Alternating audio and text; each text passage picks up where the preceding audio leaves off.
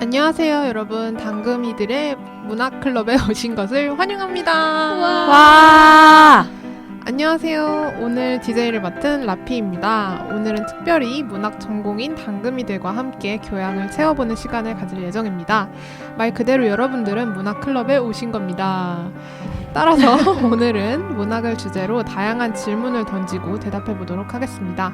오늘 우리의 문학클럽에는 디디님과 슈슈님이 회원으로 참여해 주셨습니다. 안녕하세요. 네, 안녕하세요. 네, 안녕하세요. 슈슈입니다. 슈슈님은 굉장히 오랜만에 보는 것 같은데 그동안 어떻게 지내셨어요? 저는 아무래도 기말고사 시험 기간이다 보니까 그냥 집에서 온라인으로 시험 치고 또 과제하고 그렇게 최근 한 3주는 그렇게만 보냈던 것 같아요. 그리고 지금은 시험은 다 끝났는데 아직 페이퍼 쓰는 게 한 3개 정도 남아서 종강을 못하고 있습니다. 디디님은 어떻게 지내셨어요? 저는 종강을 해가지고요. 기분 전환 겸 뭐 내일도 받고 영어 회화 학원을 드디어 제가 1년 만에 등록을 했습니다. 그래서 너무 설레고요. 그리고 이제 코로나 때문에 제가 좋아하는 축구도 못했었는데 딱 시험 끝나는 그 주에 재개를 했더라고요. 그래서 그것도 보고 뭐 미드도 보고 나름 행복한 나날들을 네, 보내고 있습니다. 네, 오랜만에 두 분을 뵈니까 너무 반가운데요. 저희 오늘 문학클럽에 관한 진솔한 얘기를 나누고 청취자분들께 문학 작품도 소개해드리기 위해 이렇게 모였는데 본론으로 들어가기 전에 우선 간단한 주제들로 입을 풀어볼까요? 네. 먼저 문학 전공 당금이들의 전공 선택 계기에 대해서 들어보려고 해요. 저와 슈슈님은 영어 영문학과 그리고 디디님은 불어불문학을 전공하고 있잖아요. 이 전공을 선택하게 된 특별한 계기가 있을까요?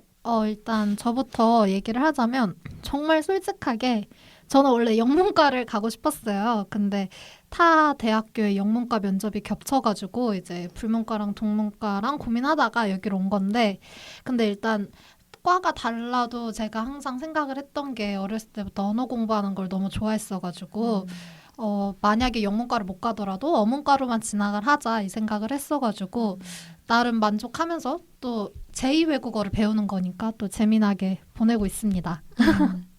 슈슈님은요? 네, 저도 솔직하게 말을 하자면은 그때 고등학생 때는 대학을 가는 게 되게 중요한 그거잖아요. 그래서 저는 수시로 가려고 굳게 마음을 먹고 있었기 때문에 관련 대회랑 동아리 같은 거를 많이 했는데 그게 어쩌다 보니까 제가 의도한 건지 아닌지 모르겠는데 영어 관련된 게 되게 많았어요. 아무래도 그냥 다른 거에 비해서 학교에서 영어 관련된 대회도 많이 열어줬고 동아리도 관련된 게 여러 개 있어서 그걸 위주로 하다 보니까 나중에 고3 때 이제 과를 정하게 될 때는 아무래도 수시로 제가 종합 전형을 아무래도 노리고 있었다 보니까 그래서 자연스럽게 영어 영문 쪽으로 생각을 했던 것 같아요. 근데 사실은 영어 교육과가 사실 전 더 가고 싶었거든요. 근데 그때 또 옛날에 이제 얘기했던 것 같아요. 그죠? 네, 그래서 사범대가 좀 가고 싶긴 했는데 점수 쓸 때 보니까 어느 학교든 영어 교육과가 영문과보다는 조금 점수가 높더라고요, 내신이. 그래서 또 불안하니까 영문과로 약간 낮춰서 쓴 것도 없지 않아 있는 것 같아요. 저도 되게 비슷한데 저는 사실 원래 그러니까 불어불문학과를 가고 싶었어요. 저 고등학교 때 불어를 공부를 해가지고 지금 다니고 있는 대학교 빼고는 다 불문과 아니면 불어교육과를 넣었었거든요.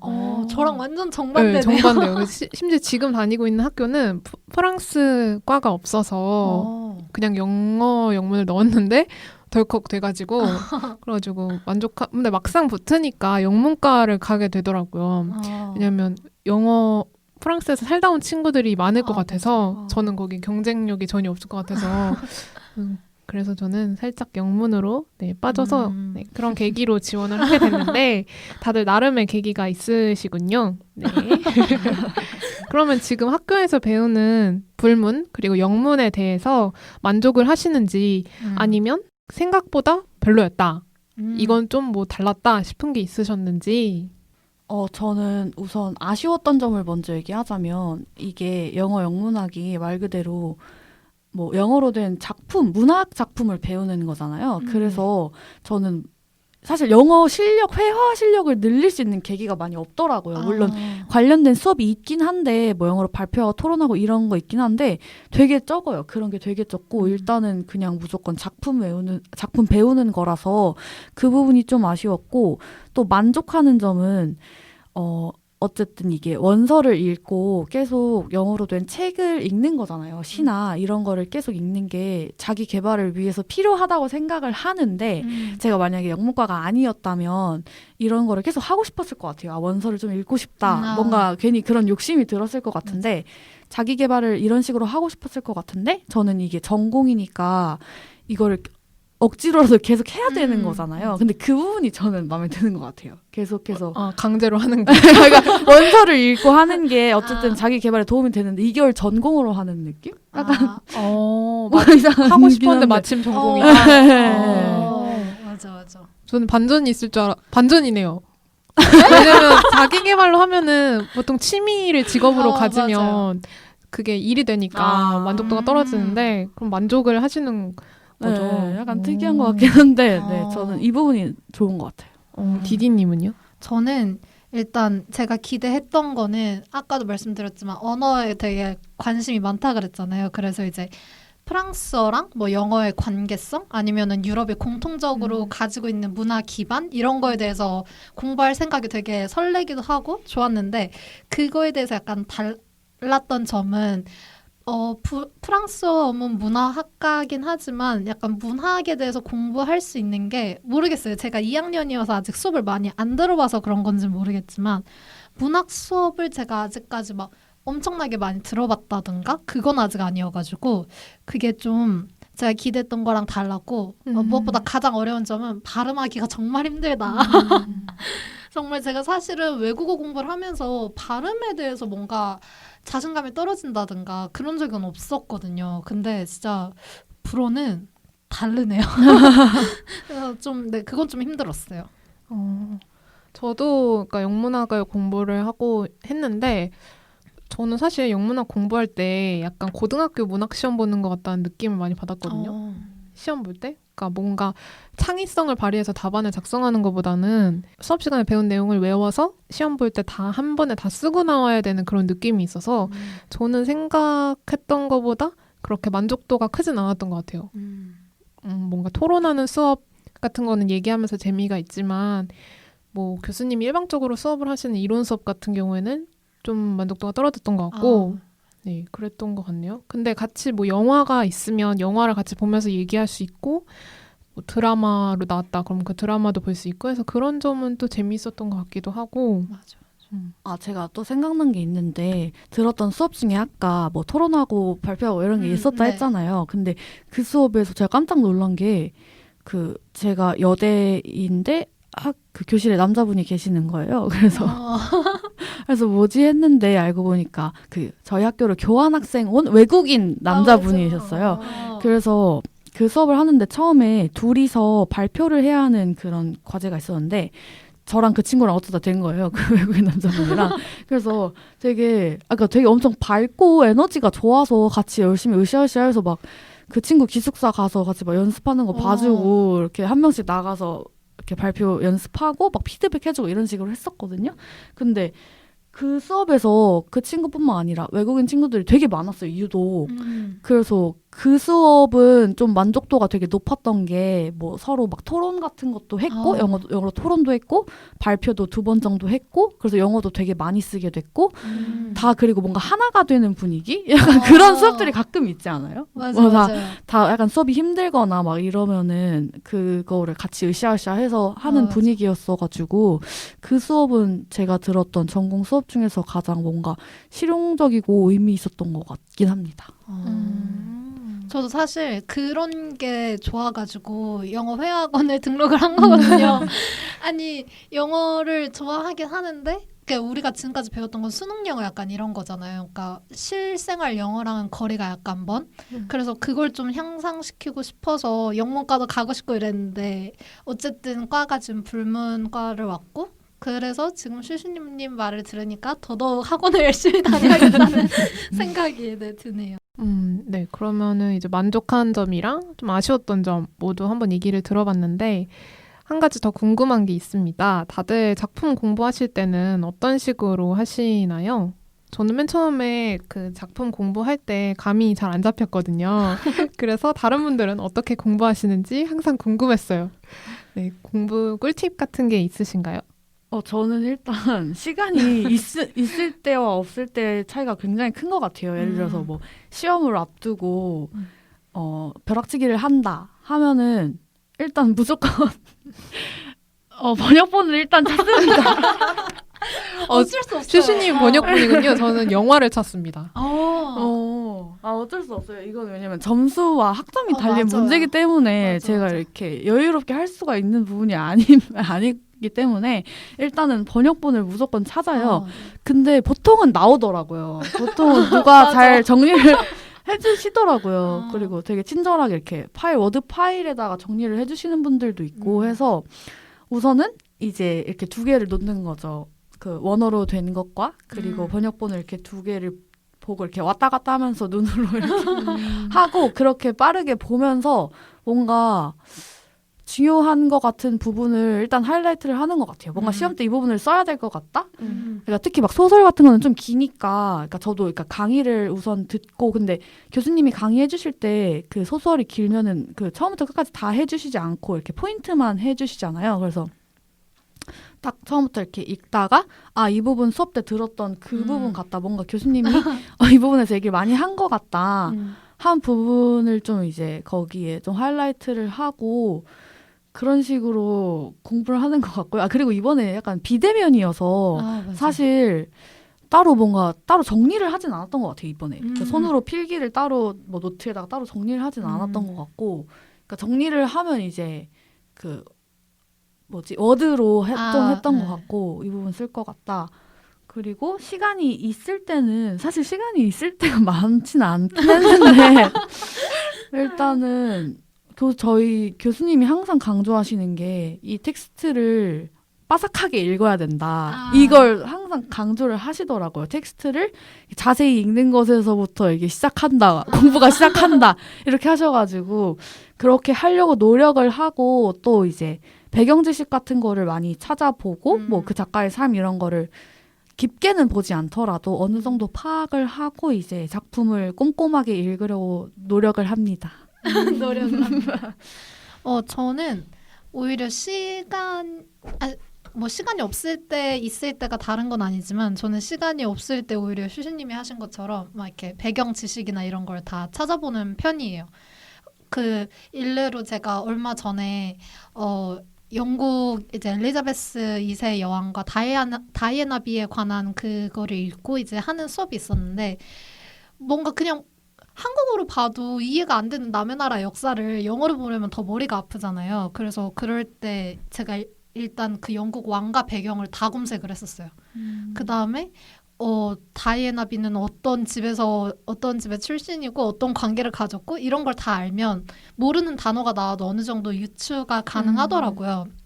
근데 이게 특히 이제 불어로 가게 되면 진짜 불어는 아예 예측 못할 때도 있잖아요. 그럴 때는 더더욱 배경 지식을 쌓고 보는 게 유추하는데 훨씬 도움도 되고 그리고 이제 외국어로 처음부터 보는 것보다 한국어로 어느 정도 알고 보면 내용의 흐름도 더 잘 잡히고 하니까 네, 저는 읽기 전에 뭔가 더 찾아보는 게 많은 것 같아요. 그러면 불문과에서 배우는 문학 도서는 불어로 읽는 건가요? 네, 불어로 이제 교수님께서 대부분 PDF를 이렇게 쫙 보내주세요. 그럼 그걸 재본해서 하기도 하고 아니면 몇몇 친구들은 아예 책을 사기도 하고 하는데 무엇보다 결국 우리 21세기 지성인에게 필수는 번역기 아니겠습니까? 그러면은 네. 불어를 아예 모르고 들어가면 네. 따라가기가 진짜 어렵겠네요. 네, 근데 이제 문학 같은 경우는 그래도 완전 1학기부터 배우지는 않으니까 한 2학기, 1학년 2학기 이때부터 수업이 조금 깔리니까 그래도 모르는 친구들도 나름 문법 기초는 닦고 오니까 노력하면 되기는 되는 것 같더라고요.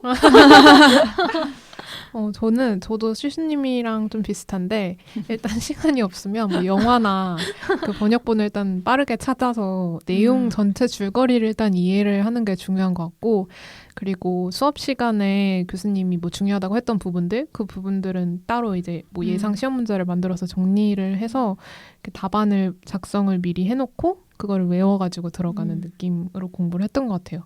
그래서 저는 이게 영어 영문학과니까 이게 영어학이랑 영문학이랑 나뉘잖아요. 저는 그래서 대학교 때 수업을 들을 때 웬만하면 영어학 쪽으로 몰아서 했던 것 같아요. 영문학 수업이 저랑 그렇게 찰떡인 것 같지 않다. 빠르게 결정을 해서 저는 언어학 쪽으로 빠졌었네요. 네, 다른 분들은 혹시 영문학이나 포문이 더 맞으시나요? 저는 아직까지는 잘 모르겠지만 이게 문학이랑 문화랑 또 다르잖아요. 그러니까 문화랑 문학이 있으면 저는 문화가 좀 더 끌리고, 그다음에 문학이랑 언어라고 하면은 가끔 문학이 끌리는 것 같으면서도 아직까지는 좀 약간 갈팡질팡. 저는 문학이 좀 더 나은 것 같은 게 언어학을 사실 제가 지금까지 하나밖에 안 들었어요. 아 진짜요? 네, 그것도 완전 정반대다. 영어 학개론 완전 기본 수업, 중에. 네, 입문 수업만 들었는데 그게 그렇게 나빴던 것 같진 않긴 한데 실용성을 생각을 해봤을 때, 그러니까 물론 뭐 문학도 뭐 우리가 실생활에서 막 이렇게 이 얘기도 뒤에서 할 거긴 하지만 뭐라 해야지? 영어학은 진짜 뭐 잘 모르겠는 느낌? 그냥 싫다. 싫다고 나는 지금 질렸다. 어렵기도 하고 어려웠던 것 같기도 하고.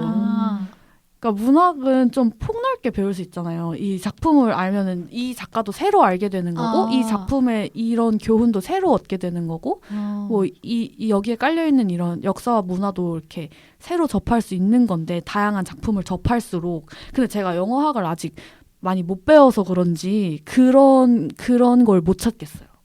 이렇게 내가 얻을 수 있는 거 이런. 저는 슈시님 말씀 듣고 언어학이 좀 더 가깝다는 생각을 했어요. 저는 오히려 이렇게 이 언어가 이런 시대적 배경 때문에 이 단어가 쓰이기 시작했대 이런 걸 딱 듣는 순간 너무 재밌는 거예요. 그래서 이 나라는 이런 거에 집중을 하는구나. 이 나라는 이 단어 하나의 어감이 바뀌는 게 이런 이유 때문이구나. 이런 걸 아는 게 저는 되게 재밌더라고요. 저는 그 언어학 배울 때 저는 약간 반대였는데 저는 그런 느낌이 아니라 저는 과거엔 이렇게 썼었는데 어쨌든 지금은 이런 영어를 쓰니까 지금이 중요하다. 지금 쓰는 것만 알면 된다. 약간 이런 느낌이었던 것 같아요. 그럴 수 있죠. 성향이 다르니까. 지금 두 분의 얼굴이 그 누구도 나를 이해하지 못한다는 그런 눈빛이었어요. 앞으로 제 생각에 슈슈님은 영어학을 듣지 않으실 거예요. 그렇게 졸업을 하는 걸로. 다른 외국 같은 경우에는 언어학이 인문대에 들어있지 않다고 하더라고요. 공대 쪽에 들어있다고 하더라고요. 왜냐면 통계를 내는 뭐 그런 게 있나 봐요. 정확히는 모르는데 어쨌든 그렇다고 하네요. 그래서 영문학 제가 교환학생을 갔을 때 문학 수업만 들었어요. 그거는 이제 다른 단과대가 달라서 네, 성향에 따라 다른 것 같네요. 그러면 이제 본론으로 본격적으로 들어가 보려고 하는데요. 과거부터 꾸준히 인문학의 중요성에 대한 서로 다른 의견들이 나오고 있잖아요. 그래서 회원님들의 인문학과 문학에 대한 의견이 궁금해요. 네, 저희의 의견을 이야기하기에 앞서서 인문학의 정의를 한번 제가 말씀드리고 시작할게요. 인문학이란 인간의 사상 및 문화를 대상으로 하는 학문 영역을 일컫는데요. 특히 인간의 가치 탐구와 표현 활동을 대상으로 합니다. 대표적인 것들이 언어학, 문학, 역사, 철학 등이 있습니다. 그리고 인간을 내용으로 하는 학문도 포함된다고 하는데요. 근데 그 기준을 설정하기는 어렵기 때문에 이에 대해 의견의 일치가 완벽하게 이루어지진 않았다고 하네요. 슈슈님은 인문학에 대해서 어떻게 생각하세요? 저는 이거에 대해서 이번에 듣는 수업에서 교수님이 한번 여쭤보셔서 다른 학생들의 의견을 듣고 서로 얘기를 해보긴 했는데 저는 어떻게 생각을 하냐면 다른 사회과학이나 자연과학 같은 그런 학문은 좀 사회를 보는 거잖아요. 특히 사회과학은 음. 사회 구성원의 무언가를 좀 조사를 하고 살펴보고 어느 정도의 그런 통계를 내고 할 수도 있는 거고, 그리고 자연과학은 좀 완전 딱 떨어지는 뭔가 외부의 무엇을 관찰하고 실험을 하고 이렇게 하는 건데, 저는 인문학은 완전 반대인 게 그 개인의 내면을 좀 들여다보는 학문이라고 생각을 해서 그게 완전 그 특이한 점, 특별한 점이라고 생각을 하고, 그리고 그래서 좋은 점은 자기 성찰을 할 수 있는 것 같아요. 그래서 작품을 공부를 하면서 이런 뭐 예를 들어서 뭐 해외에 엄청 좀 가슴 아픈 역사를 공부를 알게 되잖아요. 작품을 배우면서. 그러면은 이것에 대해서 나였으면 어떻게 행동을 했을까? 이런 거를 계속 성찰을 하게 되고, 나였으면 내가 이 상황이었으면 어땠을까? 이런 식으로 감정이입을 하면서 나의 행동을 되돌아보게 되는 그런 점이, 내면을 되돌아보게 되는 게 좀 특별한 점 같아요. 저도 저는 항상 하는 게, 저는 감성 90에 이성 10인 사람이라고 얘기를 하는데, 그런 사람으로서 생각을 하기에 요즘 세상이 참 각박하잖아요. 그래서 사람들이 참 어떻게 보면 감정에 메마른 사람들이 많다고 느껴지거든요. 근데 그게 꼭 그 사람들의 탓이라고만 할 수 없는 게, 요즘 사회가 워낙 기술을 중요시하기도 하고, 그러니까 워낙 빠르게 세상이 변하고 있다 보니까 자기 감정에 충실하거나, 진짜 말 그대로 인문학은 사람 사는 이야기인데 그거에 대해서 깊게 생각을 해보거나 이런 시간이 좀 부족한 것 같아요. 그래서 인문학은 20세기에 있어서 기술만큼이나 중요한 게 아닌가라는 생각이 들더라고요. 그러니까 그런 이야기를 듣고 뭐 힐링을 받기도 하고, 뭐 슈슈님 말씀하신 것처럼 되돌아보기도 하고, 그런 점에서 꼭 필요한 거라고 생각을 해요. 맞아요. 요즘에 인문학이 특히 강조가 되는 시대가 된 것 같은데, 저도 문학이나 뭐 소설이나 뭐 스필이나 에세이, 뭐 시 이런 거 읽다 보면은 되게 인상적인 문장들이 나오잖아요. 근데 거기서 저도 모르게 약간 깨달음을 얻는 포인트들이 있는 것 같아요. 그때 이제 내가 약간 확장되는 느낌? 맞아. 내가 경험하지 못했던 거, 아니면 내가 감정은 있는데 문장으로 표현해내지 못하는 것들 있잖아요. 그런 것들을 어떤 작가가 해놓은 걸 봤을 때 약간 깨이는 느낌? 맞아요. 약간 계몽되는 느낌? 네, 그런 느낌을 받을 때가 있어서 그런 거를 본인 스스로 여러 번 경험하는 게 스스로 발전하는 데 되게 도움이 되는 것 같아요. 이성적으로나 아니면 감성적으로나 그런 측면에서 도움이 돼서 중요한 것 같고, 자기 자신에 대해서 슈슈님이 말씀해 주신 것처럼 성찰해보는 그런 계기가 될 수 있을 것 같아서, 네, 그런 중요성이 있는 것 같습니다. 자, 그러면 오늘의 메인 코너로 들어가 볼까 하는데, 회원님들이 각각 전공을 공부하면서 가장 인상 깊었거나 가장 공유하고 싶은 작품을 직접 원어로 읽고 소개할 예정입니다. 다들 어떤 작품을 들고 오셨을지 너무 궁금한데요. 자, 그럼 누가 먼저 소개해 볼까요? 저를 다들 쳐다보고 있으니까 제가 피하려고. 먼저 하도록 할게요. 그러니까 저는 앞서 말씀드린 것처럼 불문과생이고요. 불문과 전공이고, 제가 준비한 작품은 총 2가지인데요. 하나는 여러분들이 모두 알고 계시는 어린 왕자. 네. 원어로는 르프티 펑스라는 작품이고요. 너무 민망하네요. 네, 일단 어린 왕자를 잠깐 다 아시겠지만 소개를 해드리자면, 사막 한가운데 불시착한 조종사가 갑자기 어느 날 어린 왕자를 만나서 그 왕자가 그동안 살아왔던 그 행성과 또 여행해온 행성의 이야기를 듣는 그런 내용이죠. 그래서 이 작품 같은 경우는 거의 전 세계에서 동심의 상징? 이렇게 동심의 상징으로 다뤄지고 있는 작품인데, 여러분들 딱 어린 왕자 하면 바로 생각나는 게 그림 중에 상자 그림 말고 또 다른 거 있죠. 모자. 모자, 맞아요. 막 모자다 뭐다 했는데 그거는 코끼리를 삼킨 보아뱀이다 이렇게 이게 나오잖아요. 근데 여기에 대해서 하나 뒷이야기를 말씀을 드리자면, 이게 출간 이후에 이거를 보고 모두는 어른이고 뭐 아이고 다 코끼리를 잡아먹은 보아뱀 이렇게 대답을 하기를 시작했대요. 근데 이 얘기를 듣고 생텍쥐베리가 굉장히 절망에 빠졌다고 하는데 그 이유가 동심을 이제 일깨워주려고 이제 그림을 그렸던 것이 결국에 하나의 또 프레임을 만들어낸 것이 아닌가라는 생각에 절망감을 느꼈다고 해요. 그리고 이 작품 같은 경우는 제가 찾아봤는데 300여 개의 언어로 번역도 되고 특히 이게 되게 신기했어요. 제주어로도 번역된 게 있다고 하더라고요. 두린 왕자라고 제주어로도 번역이 되었다는데 네 그렇습니다. 하여간 그 정도로 이제 전 세계에서 굉장히 많은 영향력을 끼치고 있는 작품이죠. 네, 그래서 이 작가는 뉴욕에 체류 중이었을 당시에 이제 어떻게 된 거냐면 그 출판업자랑 저녁 식사를 하고 있었대요. 근데 이제 냅킨에 낙서로 아이 한 명을 그렸는데 그걸 본 출판업자가 크리스마스 전까지 이 아이를 소재로 동화를 만들었으면 좋겠어요. 이 한마디 이제 시작된 거라고 하더라고요. 진짜요? 네. 그리고 이제 우리가 특히 흔히 알고 있는 그 어린 왕자의 그림 이런 거는 다 생텍쥐베리 본인이 그린 거라고 합니다. 네, 그래서 이제 명대사 시간이 왔어요. 여러분, 저는 대학에 와서 처음 불어를 배웠고요. 그거를 많은 분들이 감안해 주셨으면 좋겠습니다. 준비되셨나요? 예. 특히나 저희 당금에 불어 공부하신 멤버들이 많아가지고 특히나 더 약간 부담이 되네요. 일단 가장 유명한 것 중에 하나죠. 새끼의 똥뻑똥 쓰는 잠깐 다시 할게요. 아니요, 너무 잘하고 있어요. 너무 초딩이 읽는 것 같아요. 난 근데 어차피 프랑스어를 아예 몰라가지고. 그쵸? 그렇게는 난 몰라. 네, 한번 다시 할게요. 스키의 똥뻑똥 사네부아빠라는 건데 중요한 건 잘한다. 감사합니다. 중요한 것은 눈에 보이지 않아라는 구절이죠. 가장 유명한 건데 뭐 사랑, 슬픔의 감정이라든가 하여간 물질적인 것보다 우리가 정말 중요하게 생각하는 것 그런 것들을 눈에 보이지 않는다라고 얘기를 해서 좀 모든 사람들에게 되게 와닿았던 거죠.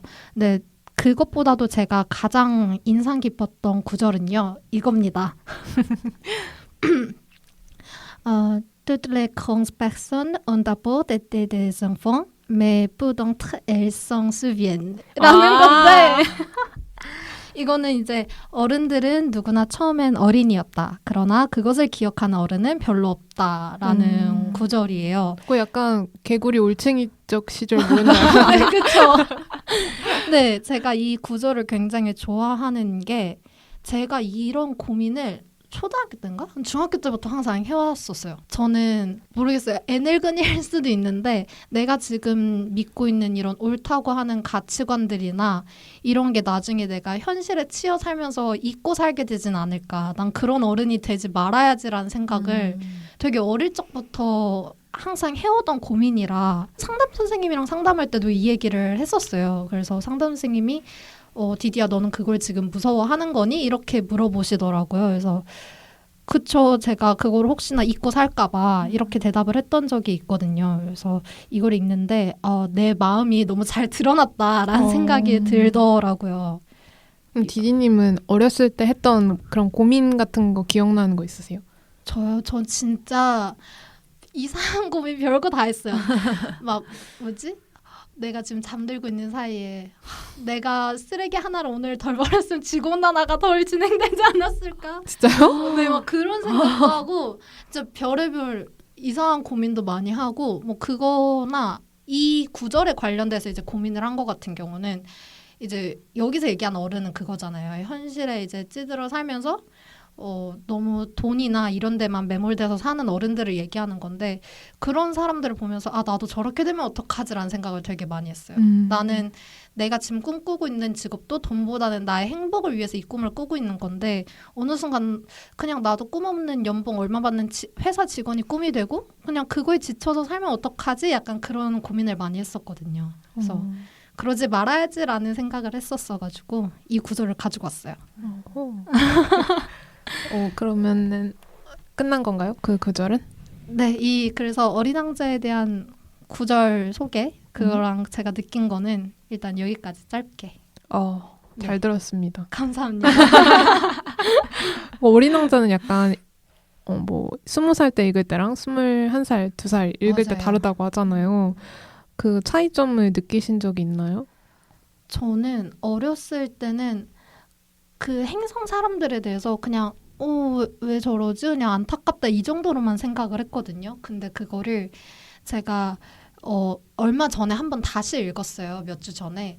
그러고 보면서 그 행성 사람들이 진짜 다른 행성 사람이 아니라 지구에 사는 우리들 얘기구나라는 거를 이제는 알게 되는 거죠. 그러면서 나도 가끔 저 행성의 사람들의 모습이 나한테도 이제 보일 때가 있으니까 그걸 보면서 좀 반성하고 그랬던 것 같아요. 가장 이제 나갔다라고 느낀 게 그 술꾼 행성 아시죠? 술을 왜 마셔요? 술을 뭐 마시는 게 부끄러워서 안 마시면 되잖아요. 하지만 술을 마시는 게 부끄러워서 그 기억을 잊으려고 마신다. 약간 저 같더라고요. 과제 해야지. 하기 싫어요. 그래서 좀 더 미룰래요. 미루기 싫으면 과제를 해야지. 싫어요. 약간 이런 반복되는 거? 그러니까 책임을 회피하는 거잖아요. 그래서 가끔 그런 게 나에게도 있지 않나? 라는 생각을 해봤습니다. 그런 깨달음을. 네. 그러면 다음으로 한번 넘어가 볼까요? 슈슈님이 가져오신 책은 어떤 책인가요? 저는 일단 그 편지 형식의 작품을 하나 가져왔는데 제임스 볼드윈이라는 미국 작가의 그 소설이 편지예요. 그래서 이 작가에 대해서 먼저 간단히 설명을 드리자면 뉴욕 할렘가에서 태어났고 흑인이고 게이예요. 그래서 이분은 흑인 인권을 위해서 다양한 활동을 하신 분인데 특히 문학을 통해서 작품을 통해서 반차별 운동을 활발히 한 작가이기 때문에 아마 그 흑인들로부터 많은 존경을 받았던 인물입니다. 그리고 또 동성애라는 말 자체가 터부시되던 시대에서부터 먼저 자신의 성 정체성을 드러내면서 게이 인권 또한 옹호하려고 노력을 했다고 합니다. 그래서 제가 가져온 작품은 이 볼드윈의 A Letter to My Nephew라는 작품인데요. 그래서 나의 조카에게 쓰는 편지예요. 그래서 진짜 편지 형식이고 이거는 제가 사실 이번 학기에 배운 작품을 가져왔어요. 그래서 내용을 먼저 좀 설명을 드리면 정말 편지를 쓰듯 작성한 형식이고 주제는 과거부터 꾸준히 차별받는 흑인 사회를 어떻게 극복해야 할지에 관한 내용입니다. 그래서 앞으로도 이렇게 인종차별, 특히 흑인에 대한 차별이 계속해서 반복될 텐데 다음 세대들을 위해 그들이 무엇을 해야 하는지 이런 얘기를 좀 하고 있고 네, 그런 얘기를 하고 있습니다. 그래서 제가 이 작품을 선정한 이유는 이번 학기에 배워서도 있고 그리고 암울한 사회 현실 속에서 그 볼드윈의 조카가 어떻게 버텨내야 할지에 대한 볼드윈의 그런 절절한 마음과 안타까움이 되게 잘 느껴지고 그리고 내용 자체도 되게 좋아요. 그래서 가져왔습니다. 그래서 제가 이제 내용 중에 공유하고 싶은 부분을 읽어드리겠습니다. 이야, 영문과. 나의 꿈의 학과. 읽어드릴게요. 제가 이 부분이 가장 사실 되게 좋은 부분이 엄청 많은데 이 부분만 제가 Here you were to be loved baby, hard and once and forever to strengthen you against the loveless world. Remember that I know how black it looks today for you. It looked black that day too. Yes, we were trembling. We have not stopped trembling yet. But if we had not loved each other, none of us would have survived. And now you must survive because we love you and for the sake of your children and your children's children. 여기까지인데요. 뭔가 노래 가사 같아. 그러니까. 내용을 간단히 해석을 해드리자면 조카에게 이렇게 말을 하는 거예요. 너는 사랑받기 위해 태어난 존재고 여전히 이 세상은 흑인들에게 사랑이 없는 냉정한 세계이기 때문에 우리는 여전히 떨고 있긴 하다. 일단 이런 말을 하고 있고 그리고 그 뒷부분에서 제가 좀 더 인상 깊었던 부분은 우리가 서로를 사랑하지 않으면 우리는 살아남을 수 없다. 너는 살아남아야 한다. 왜냐하면 우리가 너를 사랑하고 또 너의 다음 세대와 다음 세대들을 위해서 또 너는 살아남아야 한다. 이런 내용인데 그래서 여기 전반적으로 이 편지에 대한 그 볼드윈의 생각이 뭐냐면 인종차별에 대한 해결책으로 사랑을 해결책으로 제시를 하는 거예요. 우리는 서로 사랑을 해야 된다. 그래서 제가 읽어드린 부분에도 그 내용이 있었고 사랑하지 않으면 우리 아무도 살아남을 수 없다. 이 내용이 있었고 그리고 독특한 점은 그 뒷부분엔 또 어떤 얘기가 나오냐면 그 흑인들끼리 연대하고 사랑하는 것뿐만 아니라 나중에는 그 백인들과도 서로 사랑을 하고 통합을 해야 한다. 이런 얘기가 나와요. 그래서 저는 그 부분도 되게 인상 깊었거든요. 그래서 그것도 좀 소개를 해드리고 싶었고 그리고 여기서 이 편지의 내용 중 또 다른 내용도 잠깐 소개를 해드리자면 백인의 관점을 또 소개를 해줘요. 이 사람이 생각하는 백인들의 생각을 잠깐 언급을 하는데 그래서 물론 모든 백인들이 흑인에 대해서 뭐 차별하고 하는 건 아니지만 차별을 하는 백인들의 관점을 이 사람이 그 추측을 해서 얘기를 하는데 어떤 식으로 얘기를 하냐면 그 백인들도 과거부터 그렇게 흑인을 차별하는 역사 속에서 계속 살아왔던 거기 때문에 흑인을 옹호했을 때 그들 집단으로부터 받을 비판들이 두려워서 그럴 수도 있는 거다. 뭐 이런 식으로도 얘기를 하고 아니면은 정말 몰라서 그런 거다. 근데 그 모르는 게 알려고 노력을 하지 않아서 모르는 거? 네. 그래서 몰라서 얘기한다라고 하긴 하지만 사실은 그 모르는 게 정당화될 순 없죠. 네. 그렇죠. 그런 식으로 되게 정말 좋은 내용들이 되게 많아요. 네. 그래서 이 작품을 같이 이렇게 공유하고 싶어서 가져왔습니다. 저는 이 작품이 현 시류를 잘 읽어내는 작품이라서 좀 괜찮은 것 같아요. 이게 혹시 몇 년도 작품? 이게 찾아보겠습니다. 그럼 찾는 동안 얘기를 하면 사실 지금 Black Lives Matter라고 해가지고 전 세계에서 시위가 일어나고 있잖아요. 그래서 인종차별에 대한 문제는 정말 성별 문제처럼 굉장히 어려운 문제인 것 같아요. 맞아요.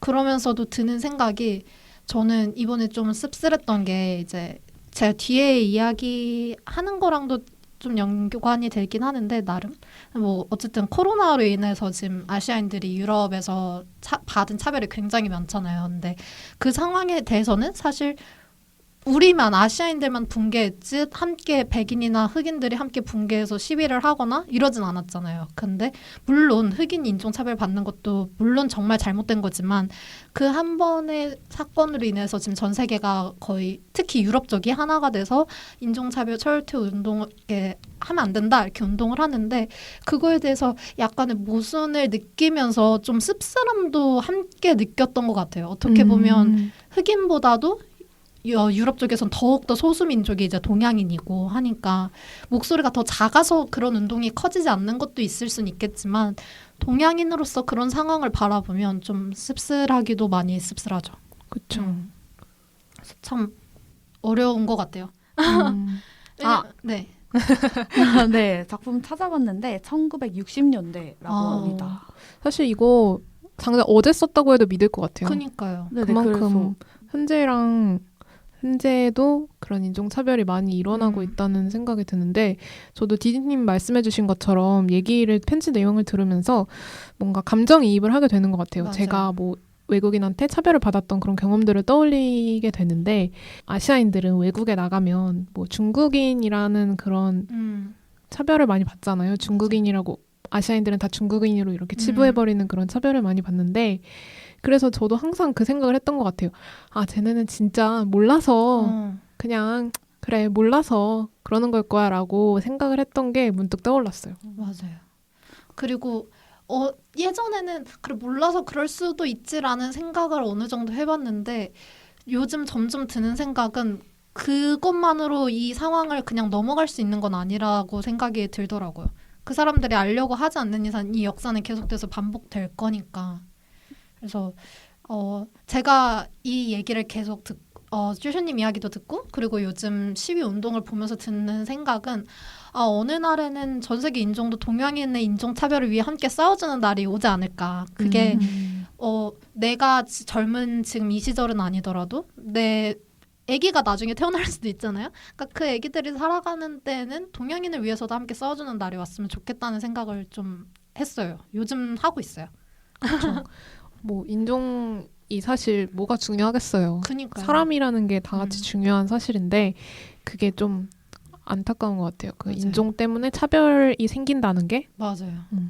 네, 그래서 저도 이번에 이 작품들 배우면서 또 이런 시위 사건이 있고 했잖아요. 그래서 되게 교수님께서도 이 부분에 대해서 뭐 다른 작품들도 있었는데 특히 더 얘기 많이 맞아요. 해주시려고 하고 더 많이 토론하는 시간을 갖도록 하고 해서 되게 저도 오랜만에 흑인 인권에 대해서 다시 생각을 해볼 수가 있어서 되게 좋았던 기회였어요, 수업 때도. 맞아요.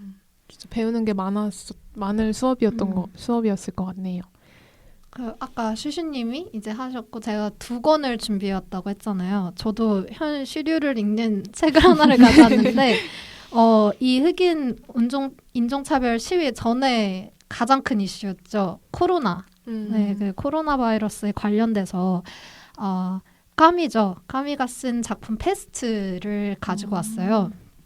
이거 일단 간단한 줄거리를 소개해드리자면 2차 세계대전에 이제 전운이 감돌던 때에 이제 1940년대죠. 그러면 그때 프랑스령 알제리 북부의 해안의 작은 도시 오랑이라는 곳이 있는데 그곳에서 페스트가 갑자기 발생을 하는 거예요. 그러면서 나중에는 뭐 도시 철폐령이 내려지고 뭐 이렇게 되는 건데 그 안에서 철폐가 되었으니까 하루에도 뭐 수십 명, 수백 명씩이 계속 이렇게 사망을 하는 거죠. 그런 시간이 1년 동안 지속되면서 그 안에 일어나는 이야기를 담은 건데요. 이 작가는 프랑스의 일단 철학자, 작가 또 신문 기자도 했다고 해요. 그리고 1957년에 찾아보니까 43세의 나이로 역사상 2번째 어린 나이에 노벨 문학상도 받았다고 하더라고요. 그래서 이거를 요즘 또 보니까 이게 그래서 올해 들어서 상반기에 매출량이 급증했대요. 이 책에. 그래서 제가 가져온 거는 책의 가장 끝 문두를 가지고 왔어요. 일단 읽어드리자면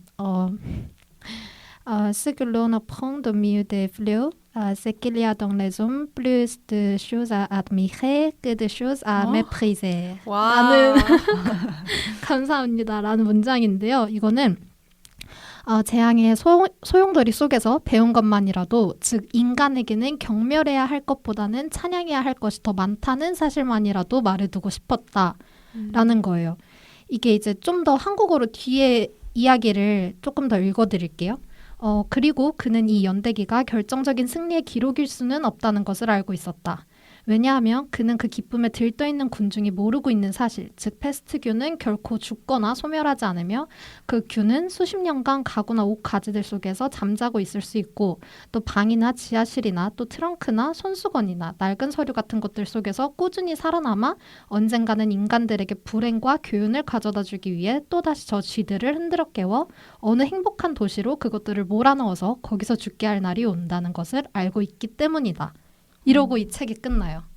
그러니까 이 마지막 문장이 정말 딱 지금 2020년을 보면서 하는 말 같더라고요. 과거에서. 그걸 보면서 제가 그 프랑스어로 가져온 문장은 사실 지금 어떻게 보면 재앙 중에 재앙이잖아요. 그러니까 이 안에서 서로 느꼈다는 건 서로가 싸우고 경멸할 시간에 조금이라도 우리에게 더 찬양할 점들을 찾아서 인정을 나누자 약간 그런 얘기를 하는 것 같더라고요. 그래서 그걸 보면서 참 인간은 보잘것없기도 하고 그런 생각도 들고 또 요즘 시류랑도 너무 잘 맞아서 가지고 왔어요. 근데 저는 듣고 생각난 게 저희가 어쨌든 이 바이러스가 사람과 사람을 통해서 이렇게 전파가 될 수 있는 거잖아요. 네. 그래서 확실히 만남도 못하고 모임도 못하고 맞아. 사람들을 피하게 되는 그런 경향이 있잖아요. 그래서 저도 그냥 지하철만 가도 뭔가 자꾸 피하게 되잖아요. 서로를. 맞아요. 근데 이게 꼭 서로를 막 경멸한다는 건 아니지만 그래도 너무 정이 없고 맞아요. 너무 피하게 되는 이게 좀 안타깝더라고요. 왜 우리가 이렇게 서로를 피해야 되나? 맞아요. 네, 그런 게 많이 안타까웠어요. 한창 진짜 심할 때는 누가 기침하면 다 다, 쳐다봤잖아요. 맞아요. 다 마스크 안 쳐다보고. 쓰면 그랬었는데. 맞아. 그 얘기가 아까 얘기랑도 이어지는 것 같아요. 그러니까 코로나 때문에 지금 뭐 지나간 중국인만 봐도 뭐야 이렇게 생각하는 것도 있고 사실 그 사람은 정말 어떻게 보면 코로나랑 정말 연관이 없는 사람인 거잖아요. 그러니까 그런 경멸을 이야기한 게 아닌가라는 생각도 들더라고요. 네. 맞아요. 저 이거 그 요즘 책방이라는 프로그램에서 나왔던 거 혹시 아시나요? 지금은 종영한 프로그램인데 TVN에서 네 전현무랑 이적이랑 프로그램은 뭔지 알아요. 네. 네, 거기서 이 책이 나와서 저도 그때 한번 읽어보는 기회를 가졌었는데 이렇게 다시 디디님이 말씀해 주시니까 새록새록 떠오르고 네, 좋은 것 같아요. 자, 그러면 다음 슈슈님이 두 번째로 준비해 오신 책으로 넘어가 볼까요? 네, 제가 이번에 준비한 거는 단편 소설인데요. 그래서 되게 한 페이지 정도에 꽉 맞게 끝나요. 그래서 제가 먼저 작가를 소개를 해드리자면 킨케이드라는 안티구아라는 섬에서 태어난 미국 여성 소설가입니다. 그래서 킨케이드는 주로 정체성, 문화, 그리고 독립에 대한 욕구, 그리고 조국의 영향 이런 주제를 주로 다뤘는데요. 그래서 킨케이드의 작품 중에서 제가 오늘 소개할 작품은 짧긴 한데 좀 특이해요. 억압이라는 것을 엄마와 딸의 관계를 이용해서 표현을 했어요. 그래서 좀 특이한 게 보통 엄마와 딸 하면은 저는 완전 사랑스러운 관계가 그쵸. 먼저 떠오르거든요. 사랑이 가득한 보호하고 보호해주고 좀 이런 관계가 떠오르는데 되게 특이하게 엄마와 딸과의 관계를 억압으로 했는데요. 그래서 여기서 나타난 억압을 작가의 삶의 관점에서 보면 두 가지의 억압으로 해석을 해볼 수가 있어요. 그래서 첫 번째는 실제 작가와 엄마와의 관계예요. 간단히만 설명을 드리자면 이 작가가 킨케이드가 되게 공부를 잘했는데 아들이 태어나면서 이제 아버님도 이제 아버지도 더 이상 일을 하지 못하는 상황이 되어서 킨케이드가 딸로서 이제 해외에 가서 돈을 벌어야 하는 입장이 된 거예요. 그래서 근데 킨케이드는 사실 그걸 원하지 않았는데 자신의 뭔가 의지와는 관계없이 엄마의 선택에 의해서 좀 타지로 보내졌고 거기서 일을 하고 돈을 벌어야 되는 사실 공부도 되게 잘하던 학생이었는데 네, 학업을 포기하고 돈을 벌게 됐던 그런 일화가 있었어요. 그래서 실제 엄마와의 관계에서의 억압을 표현할 거라고 볼 수도 있고 또 두 번째로는 이 작가가 안티구아 섬에서 출생을 했는데 이 안티구아라는 섬이 영국의 지배를 당했었대요. 그래서 그 식민지로서의 억압 이렇게 두 가지를 표현했다고 볼 수 있습니다. 그러면 제가 하이라이트 부분을 읽어드리겠습니다. This is how you smile to someone you don't like too much. This is how you smile to someone you don't like at all. This is how you smile to someone you like completely. This is how you set a table for tea. This is how you set a table for dinner. This is how you set a table for dinner with an important guest. This is how you set a table for lunch. This is how you set a table for breakfast. 이게 무슨 내용이냐면 그러니까 되게 내용 보면 별게 아니잖아요. 그러니까 말 그대로 엄마가 딸한테 하는 말이에요, 이게. 근데 한마디로 쉽게 말해서 이래라 저래라 하는 거예요. 그러네. 그쵸. 이건 어떻게 하는 거고. 네, 맞아요. 그래서 보면은 방금 읽었던 부분에 대해서 잠깐 얘기를 하면 웃는 거에 관해서도 너가 뭐 좋아하는 사람 앞에서는 이렇게 웃고 뭐 이만큼 좋아하는 사람 앞에서는 이렇게 웃고 아예 싫어하는 사람 앞에서는 이렇게 웃고 되게 내용이 이상해요. 그러니까 웃는 것 가지고도 혹시 다 이렇게 구성돼 있나요? 네, 약간 그것까지? 이런 식이에요. 네, 그래서 뭐 하는 법을 자꾸 가르쳐줘요. 근데 그 내용이 별게 아니에요. 그 뭐 아버지의 셔츠를 다리는 법, 뭐 주름이 지지 않게 다리는 법, 그리고 뭐 낚시하는 법 이런 것도 가끔 나오고 되게 내용이 별거 없어요. 되게 그리고 에피소드가 없고 다 나열이에요. 이렇게 하는 거다, 이렇게 하는 거다. 그래서 딸의 선택과 감정을 고려하지 않고 그냥 일방적으로 이렇게 시키는 듯한 그런 게 계속 나오고요. 그리고 좀 모순적이라고 볼 수 있는 게 이 어머니도 어떻게 보면은 아버지에 의해서 억압을 받았는데 그거를 그 똑같은 억압을 딸에게 대물림하는 거. 네, 맞아요. 그런 것도 약간 여기서 주제가 되기도 하거든요. 네, 그래서 좀 되게 독특하고 형식도 되게 독특하고 좀 재밌고 간단해서 이것도 한번 가져와 봤습니다. 뭔가 좀 슬픈 것 같기도 해요. 맞아요. 제가 아까 어린 왕자 소개해드렸잖아요. 제가 얼마 전에 책을 읽으면서 2015년에 애니메이션으로도 개봉을 했더라고요. 그래서 그걸 봤는데 거기에도 소녀가 나왔는데 소녀가 미국의 한 사립학교에 진학하기 위해서 7살인가 그래요. 근데 막 벌써 막 함수 문제 이런 거 풀고 엄마가 뭐 아침 8시부터 잠드는 시간을 그 15분인가 5분 단위로 그걸 다 쪼개놨어요, 시간표를. 저 그거 봤어요. 그쵸. 네, 그걸 하나하나 다 해놓고 얘가 하나를 잘하면 넌 정말 훌륭한 어른이 될 거야. 하지만 옆집 조종사 아저씨랑 조금 놀고 들어오면 넌 훌륭한 어른이 되지 못해. 이렇게 하면서 하나하나를 다 간섭을 하더라고요. 약간 그 장면이 생각이 났어요. 맞아요. 맞아요. 처음에 몇 문장 읽어주셨을 때 뭐 이 사람한테 어떻게 웃고 할 때 약간 저는 슬프다고 생각을 했는데 처음부터 끝까지 다 뭐 낚시하는 법까지 알려준다고 하니까 좀 진짜 순간 확 답답해지는 것 같아요. 그쵸. 약간 내가 선택할 수 있는 것들이 분명히 있는데 근데 안타까우면서도 그렇게밖에 할 수 없는 엄마의 입장도 약간 공감이 되면서 맞아. 슬프기도 하고 오히려 그 책이 이렇게 나열식으로 쭉쭉 해놓는 게 독자들로 하여금 독자들도 약간 억압받는 느낌을 받을 것 같아요. 그게 오히려 몰입도도 더 높일 수 있는 방법이고 그래서 되게 작가가 잘 풀어낸 게 아닌가 풀어내는 방법도 그쵸. 잘 의도는 선택하지 완전 않았나. 달성한 것 같네요. 제목의 의도는. 네, 그래서 제가 처음에 이 작품 읽었을 때 저는 배경 지식 같은 걸 아예 안 읽고 이거를 처음에 읽었거든요. 네. 그래서 무슨 말을 하는지 도대체 모르겠는 거예요. 뭐라는 거야? 네, 정말 그래가지고 좀 이렇게 그래서 찾아봤죠. 이게 무슨 말인지 너무 모르겠어가지고 그래서 이제 읽고 그러니까 배경 지식 보고 나니까 이런 형식으로 일부러 풀어낸 거구나를 알게 됐고 그리고 내용 중에서 뭐 이런 얘기도 있어요. 좀 이게 약간 페미니즘적인 시각도 들어가서 남자처럼 뭐 쪼그려 앉아서 무슨 구슬놀이를 하지 말아라? 약간 이런 내용도 있어서 되게 좀 여러 가지 억압에 대해서 표현을 한 작품인 것 같습니다. 네, 그럼 지금까지 디디님이랑 슈슈님이 2권씩 준비해 주신 책에 대해서 얘기 같이 나눠봤는데요. 마지막으로 좀 오글거리긴 하지만 본인이 생각했을 때 문학은 땡땡이다를 한 단어로 내려볼까요? 저희 참 이런 거 좋아하는 것 같아요. 한 문장으로 정리하는 거. 저 먼저 할까요? 네, 이번에 슈시님이 먼저 해주세요. 저는 사실 이거를 깊게 생각하진 않았어요. 저는 딱 떠오르는 걸로 저는 가려고 약간 진짜 오글거리는데 인생이다.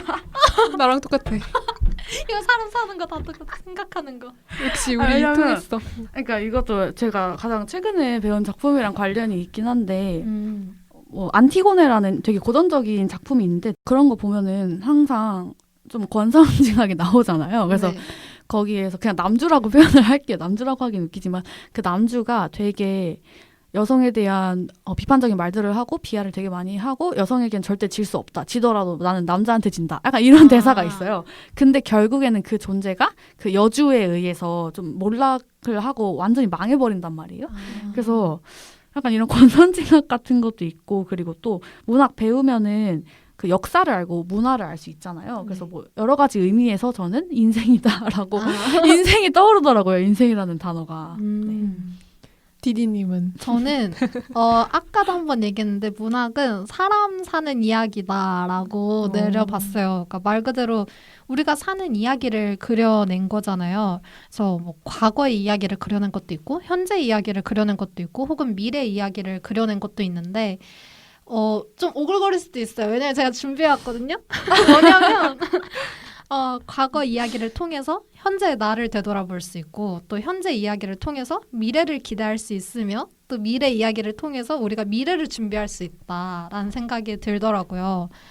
그래서 나 자신을 되돌아본다는 거는 아까 어린 왕자가 얘기한 것처럼 우리도 누구에게나 다 동심이 있었고 했는데 그런 걸 다 잊고 감정에 메말라서 사는 거잖아요. 그러니까 그런 다양한 사실 인간이라는 게 되게 복잡하잖아요. 그러니까 다들 말 못할 사정도 있고 또 아니면 누구에게나 다 말하고 싶은 사정도 있고 뭐 이런 것들이 엄청 많고 또 다양한 감정들이 있는데 그거를 글로 잘 풀어내고 서로 소통할 수 있는 매개체가 아닌가 하는 생각이 들었어요.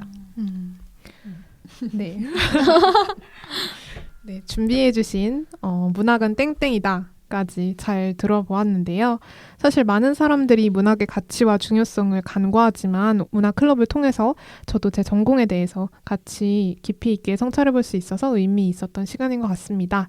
네, 오늘 에피소드 참여하신 소감 간단하게 한번 들어볼까요? 이렇게 진지하게 얘기해보는 게 너무 오랜만이라 가지고 근데 좋네요. 내가 생각하고 있는 거를 다른 사람들과 공유할 음. 수도 있고 특히 또 인문학 관련이었으니까 이런 시간이 더 있으면 좋지 않을까라는 생각을 했습니다. 네, 저는 마지막으로 그냥 저희 교수님이 하는 말을 너무 이거 수업 연장선 아닌가요, 슈즈님? 아직 종강을 안 해서 그래요. 아니, 좋은 말이라서 같이 네. 공유를 하고 싶어서 음. 그래서 이것도 너무 오글거리긴 하는데 그래서 저희 교수님께서 항상 그런 말씀을 하세요. 되게 전공에 대한 사랑이 크신 분이라서 예를 들어서 그냥 셰익스피어를 예시로 들자면 그 뭐 셰익스피어의 뭐 땡땡땡을 그러니까 이 세상의 사람은 셰익스피어의 땡땡땡을 읽은 자와 안 읽은 자로 나뉜다. 항상 이런 말씀을 많이 맞는 하시거든요. 말이죠. 네. 그러면 사실 이게 별거 아닌데 어떻게 보면 그냥 말로 하는 건데도 이게 기분이 좋아질 수 있잖아요. 내가 이거를 공부를 하면서 나는 이거 읽은 사람이다. 이렇게 하는 게 있잖아요. 기분 전환? 그래서 이거를 한번 또 얘기를 해보고 싶었고 문학 공부하면서 물론 다른 공부도 다 그렇지만 되게 사전 같은 것도 엄청 많이 찾아봐야 되고 계속 뭔가 자기와의 싸움이 좀 있잖아요. 그쵸. 뭐 물론 다른 공부들도 그렇긴 하지만 그래서 그 과정이 나중에는 크게 와닿는 날이 오지 않을까. 그때가 다 그리울 것 같고 또 이게 나중에도 큰 다른 의미로 다가올 것 같다 이런 생각을 하게 됐습니다. 네, 그러면 오늘 문학클럽은 여기서 마무리 짓도록 하겠습니다. 다들 아쉽지만 이렇게 마무리를 하도록 하겠고요. 지금까지 DJ 라피, 대본의 슈슈, 패널의 슈슈, 디디였습니다. 일상의 끝이자 휴식의 시작인 금요일 밤 당신들의 금공강은 다음 주 금요일 날 다시 돌아올게요. 안녕. 안녕.